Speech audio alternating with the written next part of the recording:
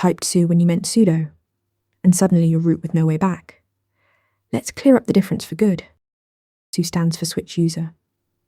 Running su opens a new shell session as another user, root by default. You inherit their environment and permissions, you effectively become them. Sudo is different. It executes a single command with elevated privileges, then immediately returns you to your normal user. Think of su as moving into someone else's office, and sudo as borrowing their key for just one task. Here's the key security difference. Su asks for the target user's password, so to become root you need to know root's password. Sudo asks for your own password, the one belonging to your current account. This means root doesn't need a password set at all, and you never have to share credentials. Sudo has two more important advantages. First, access is governed by the /etc/sudoers file.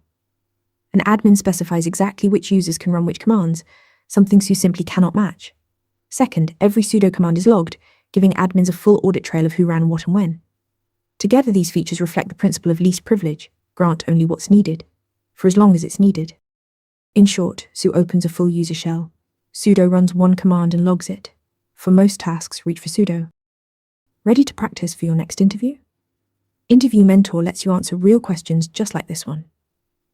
After each answer, you get a detailed grade and personalized tips to improve.